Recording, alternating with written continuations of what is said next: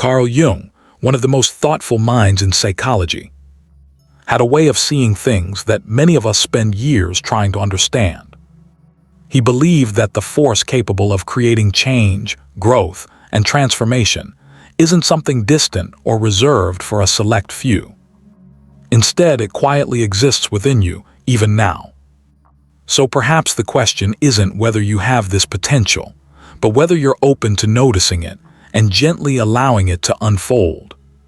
Have you ever found yourself searching for answers everywhere, scrolling, reading, listening, hopping for that one moment of clarity that will shift everything, and yet somehow ending up in the same place again? What if what you've been looking for hasn't been missing at all? Just overlooked? What if it's already within you, waiting patiently for you to reconnect with it? If this resonates with you, feel free to share where you're joining from. I always enjoy seeing the different places people are connecting from. And if you'd like to stay in touch for more reflections like this, you're always welcome to follow along. Take a moment to reflect on your life. How often have you looked at your circumstances and felt a bit powerless, waiting for things to shift, for people to change, or for the right moment to finally arrive before you step into the life you want? If you've ever felt caught in that cycle of waiting or hopping, you're not alone. It's a very human experience. One of the ideas often associated with Carl Jung's work is that the outer world can sometimes reflect our inner state, not in a rigid or absolute way, but in the sense that how we think, feel, and perceive ourselves can shape how we experience what's around us. Our relationships, challenges, and opportunities can, at times, mirror something deeper within us. So rather than trying to force the outside world to change first, there's value in gently turning inward, becoming more aware of what's happening within you and how that might be influencing your perspective and choices. If you stay with this idea for a moment, you might begin to see your life a little differently, not as something happening to you, but as something you're participating in moment by moment. Jung wasn't just interested in theory. He encouraged practices that bring you back into awareness of yourself. And sometimes, the most meaningful shifts don't come from complicated methods, but from simple moments of presence. One such idea centers around the words, "I am." Not as something to force or repeat mechanically, but as a quiet reminder of your own existence, your awareness beneath all the noise, expectations, and doubt. Sitting with "I am" can be less about changing yourself and more about reconnecting with who you already are, underneath everything else. When spoken with real awareness, the words "I am" aren't about asking for permission or forcing change. They're more like a quiet acknowledgement of your own presence, a reminder that you already exist here and now without needing to prove or earn it.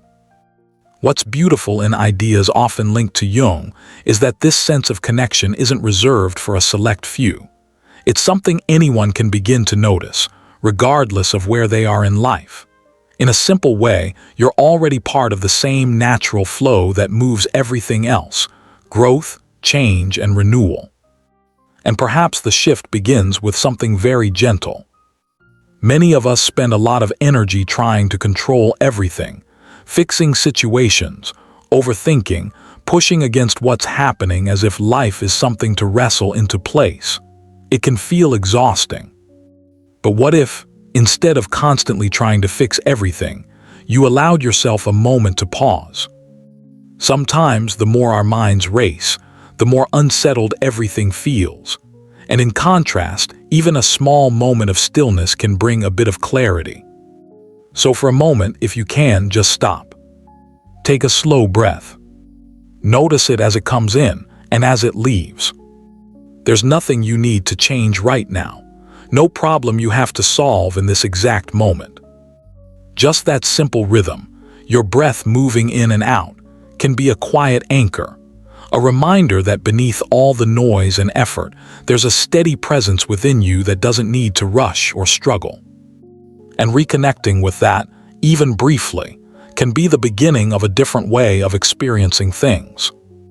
You could think of yourself as part of something larger, aware, present, experiencing life through your own eyes and actions. Each breath in is a quiet reminder that you're here, and each breath out can be an opportunity to soften a little, to release some of the tension that comes from trying to control everything all at once.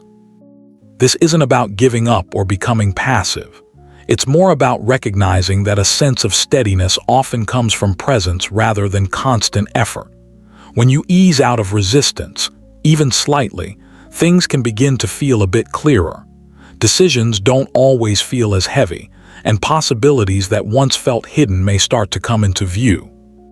If you explore this a bit further, the shift from fighting to simply noticing can be quite subtle. It's not about chasing a special experience or waiting for something dramatic to happen. It's about being present in a very ordinary, grounded way. You might bring your attention inward, not to search for anything extraordinary, but just to notice. Your breath, your thoughts, the simple fact that you're aware. Nothing to change, nothing to judge. In that quiet awareness, there's a kind of steady center. Not something mysterious or distant, but something very simple. The part of you that notices your thoughts, your feelings, your experiences as they come and go. When you gently return to the words, I am, it doesn't have to be forceful or intense. It can be more like a soft reminder of that awareness. Not trying to convince yourself of anything, just recognizing that you are here. And sometimes, even that small shift can have an effect. The body may relax a little. The mind may quiet down, even briefly. Things don't have to be perfect, just a bit more settled than before. If this way of looking at things resonates with you, you're welcome to stay connected and explore further. I'm here creating videos that gently invite you to look at yourself and the world around you a little differently. And if this speaks to you, you're always welcome to be part of this space. Often, the kind of clarity or transformation people are searching for isn't hidden in something complicated. Sometimes, it's found in something much simpler, like remembering who you are beneath all the noise, expectations, and constant thinking. If this resonates, you can share something like, I am present in the comments. It's a small way of acknowledging that you're here, aware, and engaged with what you're exploring. One of the more reflective ideas associated with Jung's work is how we relate to everything around us. When you say, I am, it doesn't have to be about separating yourself or defining who you are in rigid terms. It can also be seen as a quiet recognition that you're part of a much larger whole. For example, as you're breathing right now, there isn't a strict line between you and the world outside. The air moves in and out, continuously connecting you with everything around you. What was outside a moment ago becomes part of you, and what you release becomes part of something else. In that sense, you're not completely separate from life. You're participating in it, moment by moment. You can think of it like being both aware and connected at the same time, experiencing life, while also being part of the larger process of it unfolding. And perhaps one of the more comforting realizations in all of this is that you're not as isolated as it can sometimes feel. Even in quiet or uncertain moments, you're still connected to your breath, to your awareness, and to the world that's moving with you. Sometimes the feeling of separation or disconnection can seem very real, but in quieter moments, it can also soften, especially when you step out of constant thinking and into simple awareness. Even briefly, that sense of distance can feel a little less solid. From there, you can gently explore another layer of this practice. Jung often spoke about imagination not as an escape, but as something meaningful, an inner space where ideas, possibilities, and new perspectives begin to take shape. In a very practical sense, many things in the world did begin as thoughts or images before becoming real in some form. You can approach this in a calm, unforced way. If you like, close your eyes for a moment and allow a scene to form naturally. There's no need to push or control it. Just let it come the way a memory or a daydream might, softly, without effort. Imagine yourself in a situation that reflects what you'd like to experience in your life. And instead of observing it from a distance, try to step gently into it. Notice what it feels like to be there. The environment around you. Your state of mind in that moment. If it's a sense of stability or ease you're drawn to, you might focus less on specific details and more on the feeling itself. What it's like to feel a bit more secure, a bit more at peace, or quietly confident. There's no need to make it intense or perfectly vivid. Even a light sense of it is enough. The idea isn't to force something into existence, but to become familiar with the feeling of it, so it no longer seems distant or unreachable, but something your mind and body can begin to recognize more naturally. If love is what you're longing for, you might gently imagine what it feels like to be seen, appreciated, and at ease with someone. The warmth of connection, the quiet comfort of being understood. If healing is what you need, you could bring your attention to a sense of lightness or balance in your body, even if only for a moment. Not forcing it, just allowing the idea of ease or wholeness to be present. The key here isn't to pretend or pressure yourself into believing something unreal. It's more about becoming familiar with the feeling of what you're drawn toward, letting your mind and body experience it in a calm, natural way. Many stories of change and growth seem to share this in common. People begin to connect with the feeling of what they want, even before it fully shows up in their outer lives. Not perfectly and not all at once, but gradually. If this resonates, you might reflect on the idea of being complete, even as you continue to grow. Not because everything is finished, but because you're learning to relate to yourself with a bit more steadiness and acceptance. Another way to look at it is this. Your experience of life is shaped not just by what you want, but by how you feel day to day. When there's a sense of lack or urgency, things can feel more strained. When there's even a small sense of enoughness, things often feel more open. So instead of trying to force outcomes, you might focus gently on your inner state, on cultivating moments where you feel a bit more grounded, a bit more at ease. As you sit with an imagined scene, let yourself merge with it lightly, not trying to make it perfect or completely real, but allowing your body to respond in its own way. Even a subtle shift, slower breathing, a softer posture, a calmer mind can be meaningful. And over time, these small inner shifts can influence how you move through the world, how you respond to situations, and what you begin to notice or create in your life. It doesn't have to be absolute or dramatic. Sometimes, it starts with something as simple as feeling a little more present and a little more whole than you did before.